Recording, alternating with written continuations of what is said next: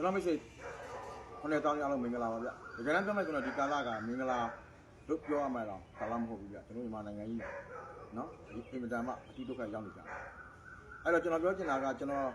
ဒုတိယအကြိမ်မြောက်အလူဖြစ်ဒီကနေ့မှာဆိုလို့ရှိရင်ကျွန်တော်တို့မန္တလေးဒီအမရပူရနော်မြို့နယ်ဘက်ကို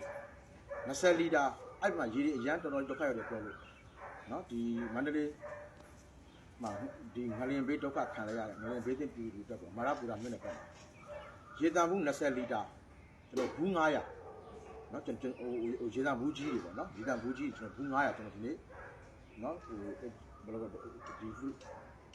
ီလမ်းပြီးတော့မှကျွန်တော်ထူလိုက်ပါတယ်ကျွန်တော်မန္တလေးမှာကျွန်တော်တပည့်ရရှိတယ်နော်ကျွန်တော်ရဲ့ပိတ်သက်တွေရှိတယ်နော်သူတို့ရဲ့တစ်စင်ကျွန်တော်မန္တလေးမှာဘယ်နေရာလိုအပ်တယ်ခါကျွန်တော်တို့တောက်လျှောက်ပြနေပါတယ်ဗျမတော်တော့ပြနေပါတယ်အဲ့တော့ဒီရေတံမှုဘူး900ကလည်းပဲတကယ်တမ်းဆိုလို့ရှိရင်တော့ဟိုစင်ပါဇက်ကိုနှပ်ပတ်တယ်များဖြစ်နေမလားပေါ့ကျွန်တော်စဉ်းစားတာပေါ့လေဒါပေမဲ့ဘူး900ဆိုရင်အားလည်းမလဲပါဘူးလီတာ20ဘူးကြီးကို900ဆိုတော့နောက်ရက်ဒီမှာကျွန်တော်ဘယ်မျိုးနေမှာရေလိုနေကြလဲဘယ်နေရာကျွန်တော်ရေတက်ဆက်မှာချစ်ဆက်ပြီးတော့ကျွန်တော်တို့တောက်ပြီးပေးမှာဖြစ်ပါတယ်ဒါကတော့နောက်ကျွန်တော်ဒုတိယခြေလမ်းကျွန်တော်ဒုတိယအကြိမ်မှာကျွန်တော်ပြတာပေါ့နော်အဲ့တော့နောက်ဆက်လက်ပြီးတော့ကျွန်တော်လှူဒန်းသွားမှာပါကျွန်တော်တို့ပေါ်ပြီ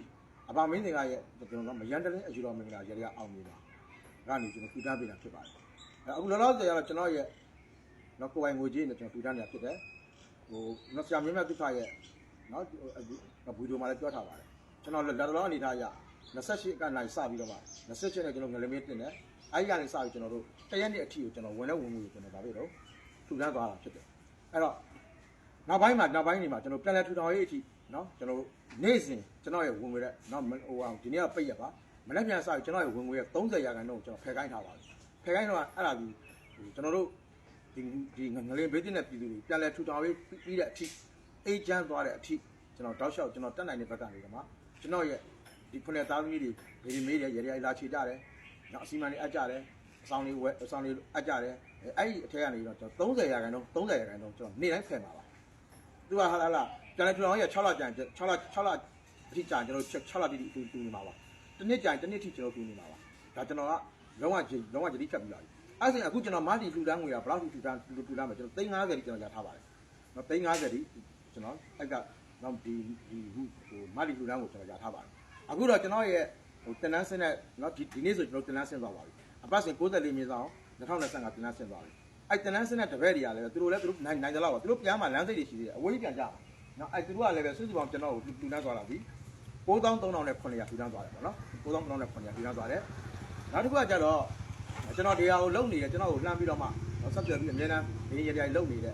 ဘိုင်လှမ်းမေးတာပေါ့ဆရာဘာကြီးလုံနေလဲဆရာတို့အချိန်ကြီးကောင်းသလားဆိုဆရာအချိန်ကြီးကောင်းတယ်အခုဆရာအဲ့ကျွန်တော်ကြီးအတွက်ကိုကျွန်တော် sorry ဒီဘေးတင်အတွက်တော့ကိုဆရာကူညီကယ်ဆယ်ရေးမှာဆရာတို့ဒီကနေလှမ်းတက်နိုင်တဲ့ဆရာလှမ်းလူနေရဲ့အလူရင်သူ့လည်းပဲပေါအောင်ပြပြပါဆိုပြီးတော့မှစင်ကူနိုင်ငံမှာနေတဲ့မဟန်နီဆန်းနော်မဟန်နီဆန်းကလည်းပဲနော်ဆရာအဲ့ဒါကိုဖက်လူပေးပါဆိုငွေ3သိန်းကြောက်ထူထားပါတယ်နော်ငွေသိန်းထူထားပါတယ်နောက်တစ်ခုကကျတော့အဲ့ဒီဆရာရဲ့နော်ခုနပြောတဲ့အားကိုးရတဲ့လေယုတ်တပိဖြစ်တဲ့ဆရာမင်းမြတ်ဒုက္ခနိုင်တာရဆရာမသရာတဲဆွေတို့နော်သတိမောင်နှံလည်းပဲဆရာအခုလိုလှူတဲ့အနေနဲ့နေရာမှာနော်ရေတံမှုကိုဆိုပြီးတော့မှနော်ဆရာငွေ3သိန်းဆရာကိုလှမ်းပြီးတော့မှနော်လှူလန်းထားပါတယ်ဒါကတော့သူတို့စိင်းနေပေးပြီးတော့လှူလန်းထားရတယ်ပေါ့နော်နောက်တစ်ခါကျတော့ဗာလဲဆိုရင်ဆရာမရွှေရမင်းအောင်နော်ဖလဲဦးကလည်း3000လှူလန်းထားတယ်ဆရာမမြတ်သိန်းကျူနော်တောင်သူသူကတော့2သိန်းလှူလန်းထားတာဖြစ်ပါတယ်နော်ဒါကတော့ဆရာရှိကိုဒီကနေ့ရောက်လာလှူနေတယ်ပေါ့နော်ဆရာအလှူခံခြင်းမရှိပါဘူးသို့တော်ဆရာရဲ့သူတို့ရဲ့ဆရာလုံနေတဲ့အချိန်မှာနော်ဆရာရဲ့တပည့်တွေကလည်းပဲနော်ဝိုင်းဝန်းပြီးတော့မှကျွန်တော်တို့ဒီမြန်တလင်းအဖွဲ့သူဖွဲ့သားတွေက evidence စီးလုံးပါတယ်နော်ပေါ်ဗာမင်းတင်ကရှိတယ်ကြကြကျွန်တော်ပေါ်မြန်တဲ့ဤတော်မင်္ဂချာကျွန်တော်ရေဘေးလေဘေးဘယ်လိုဘေးမျိုးဘယ်လိုဘေးအန်လီရဲ့သဘာဝဘေးအန်လီရဲ့ကြော်ကျွန်တော်တို့မြန်တလင်းကလက်နှေးရုပ်ထုံးတယ်မရှိပါဘူးအခုလည်းကျွန်တော်ပြောပါတယ်ကျွန်တော်350ကျွန်တော်မာတီပြီးတော့ပြန်ထားတာဖြစ်တယ်စလိုက်လူတွေပြထားတော့မှာလိုရတဲ့နေရာကျွန်တော်ချိတ်ဆက်နေအခုလည်းလမ်းချိတ်ဆက်နေပါတယ်အစားတော့လို့စားတော့အခုဆိုကျွန်တော်ရှိကိုလမ်းတိုင်းပို့ထားတယ်ဘာရှိလဲဆိုလို့ရှိရင်ညပိုင်းမှာတက်ရရတယ်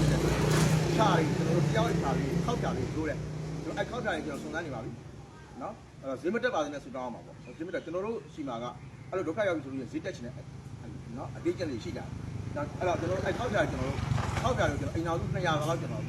မေးထားပါတယ်နော်ခောက်ကြလေးဒီလုံးမတော့ချက်နောင်ကလည်း1000ခန်းရှိတယ်2000လောက်ရှိတယ်နော်အဲ့တော့ပြီးလို့ရှိရင်ကျွန်တော်တို့နောက်ပဲဆိုလာမီလို့ပြောတယ်ဒါကျွန်တော်နိုင်တယ်လောက်ပေါ့ကျွန်တော်လည်းစူးစီးနေပါတယ် အဲ့ဒါလေးကိုကျွန်တော်ဗာပြီးဆက်လက်ပြီးကျွန်တော်ပြောတော့မယ်ရေလိုရဲ့နေရာကိုရေပေါ့ကျွန်တော်ရေစမ်းဆက်နဲ့ချိတ်ထားတယ်အဲ့ဒါကျွန်တော်ဆက်လက်ပြီးတော့မှနောက်နေ့နောက်ရက်ကျွန်တော်စရိုက်ပြူတန်းသွားပြပါတယ်ကျွန်တော်တို့ကိုယ်တိုင်မသွားဘူးလားဆိုတော့ဟိုကလူတွေကဆရာတောင်းတောင်းဆိုရင်မလာပါနဲ့နောက်တစ်ခုကကျွန်တော်ဒီကနေသွားလိုက်ပြီဆိုရင်ကျွန်တော်ဒီကနေအလုပ်ပြတ်မယ်နောက်တစ်ခုကကျွန်တော်မှကျမ်းမာရေးရတယ်လောလောဆယ်မကောင်းဘူးဗျအခုလောလောမှာဒီကလူတွေကကျွန်တော်ပြလွတ်ကြအောင်ကျမ်းမာရေးမကောင်းဆရာမလာပါနဲ့ဆရာမလာပါနဲ့အဓိကဆရာဟိုကျွန်တော်လည်းသူတို့လူတန်းတဲ့ဟာတွေကိုပါတယ်မှတ်တမ်းတွေကျွန်တော်လှမ်းပို့တယ်ဒီနေ့ရေတန်းလူတဲ့ဟာကျွန်တော်ကြည့်တော့လောလောဆယ်မှတ်တမ်းမရောက်သေးဘူးမှတ်တမ်းရအောင်ကျွန်တော်9000အားလုံးပြန်တင်ပေးပါမယ်နော်ပြန်တင်ပေးရမယ်ဒါကျွန်တော်တို့ဒါဒုတိယအကြိမ်ကျွန်တော်ဒီအခုပါပြီဒီကနေ့နော်20လီတာရေတန်းဘူး900ထူတန်းလာဖြစ်ပါတယ်နောက်ရက်ဒီမှာကျွန်တော်ဆက်လက်ပြီးထူတန်းသွားမှာဖြစ်ပါတယ်ကျွန်တော်မိတ်ဆွေဒီလူတန်းမှုအားလုံးဒီကျွန်တော်တို့မရန်တဲ့အေရောမင်္ဂလာချန်ဘီနစ်ဆရာဆောင်အပေါင်းနဲ့အတူဒီ9သားသမီးတွေရဲ့ငွေပါပါတယ်ဘာလို့9သားသမီးတွေရဲ့နေ့စဉ်ဘီနစ်မေးတဲ့ငွေတွေကိုကျွန်တော်ဟုတ်လားထူတန်းထားတာဖြစ်ပါတယ်ဒါကြောင့်9သားသမီးအတူဆိုလဲမှန်ပါပါဒါကြောင့်ကျွန်တော်မိတ်ဆွေအားလုံးတာရုခွန်နိုင်မှုအတွက်ကျွန်တော်ဒီ post လေးကိုကျွန်တော်တင်ပေးရဖြစ်ပါတယ်ကျွန်တော်မိတ်ဆွေ9သားသမီးအားလုံးစိတ်ချမ်းသာကိုကြမ်းမှရှိကြပါစေကတိသုံးပါးကိုကြော်လာနိုင်ကြပါစေအထူးသဖြင့်ဘေးပေါင်းရံပေါင်းကနေကင်းဝေးပြီးတော့မှစီးပွားလက်လာပိုင်းတွေ့တဲ့ကြပါစေကြောင်းမောင်ရင်မျိုးမြန်နေတဲ့ယူရောမင်္ဂဘော်ရိတာမိသားစုကနေစတောင်းပစ်တာများလိုက်လိုက်လဲပို့တာလဲရပါတယ်ကျွန်တော်ထပ်ပြီးပြောပါမယ်မနေ့ပြန်ဝင်တဲ့ဝင်ရစပြီး30ရာခိုင်နှုန်းကျွန်တော်ပြန်လဲထူထောင်ရေးအထိဘယ်လောက်ကြာနေပါစီကျွန်တော်ဗာပြီတော့ဇက်တိုက်တူတန်းသွားမှာဖြစ်ပါကြောင်းပါခင်ဗျာ